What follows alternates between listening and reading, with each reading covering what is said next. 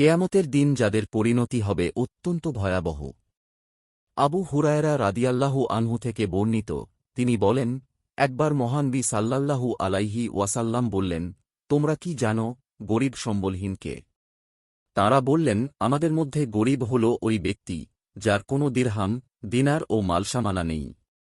তখন মহানবী সাল্লাল্লাহু আলাইহি ওয়াসাল্লাম বললেন, প্রকৃত সম্বলহীন তো ওই ব্যক্তি যে কিয়ামতের দিন সালাত, জাকাত, সিয়াম নিয়ে উপস্থিত হবে ঠিকই, কিন্তু এটাও সঙ্গে আনবে যে সে কাউকে গালি দিয়েছে, কারো প্রতি অপবাদ দিয়েছে, কারো সম্পদ গ্রাস করেছে, হত্যাকাণ্ড করেছে, কাউকে প্রহার করেছে। ফলে সেদিন মাজলুম ব্যক্তিকে এই জালিম থেকে সওয়াব দেওয়া হবে।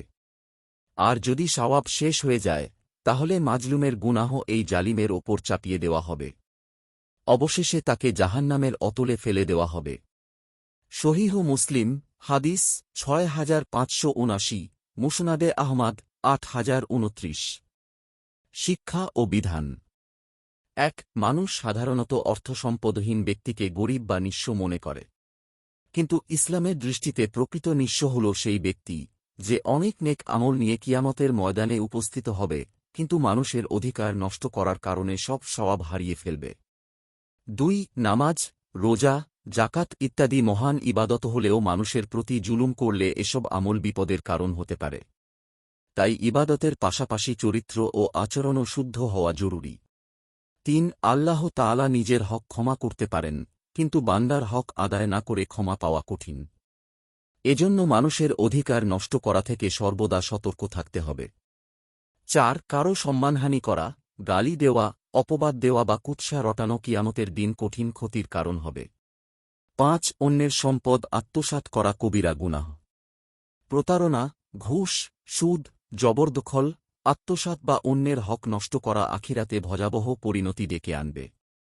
এই হাদিস আমাদের শেখায় যে শুধু বেশি বেশি নামাজ, রোজা বা নফল ইবাদত করাই যথেষ্ট নয়, বরং মানুষের অধিকার সংরক্ষণ, জুলুম থেকে বেঁচে থাকা এবং উত্তম চরিত্র গঠনও সমান গুরুত্বপূর্ণ। যে ব্যক্তি আল্লাহর হক আদায়ের পাশাপাশি বান্দার হকও যথাযথভাবে আদায় করবে, সেই প্রকৃত সফলকাম হবে। আর যে মানুষের ওপর জুলুম করে, সে যত বড় ইবাদতকারী হোক না কেন, কিয়ামতের দিন প্রকৃত দেউলিয়া হওয়ার আশঙ্কায় থাকবে। আল্লাহ তাআলা আমাদের মানুষের হক আদায়কারী, জুলুম থেকে বেঁচে থাকা এবং আখিরাতের প্রকৃত সফল বান্দাদের অন্তর্ভুক্ত করুন। আমিন। আপনার একটি শেয়ার হয়তো কারো জীবন বদলে দিতে পারে। সাদকায়ে জারিয়া সওয়াব পেতে ভিডিওটি শেয়ার করুন। সোর্স: ইসলামী জীবন, কালের কণ্ঠ।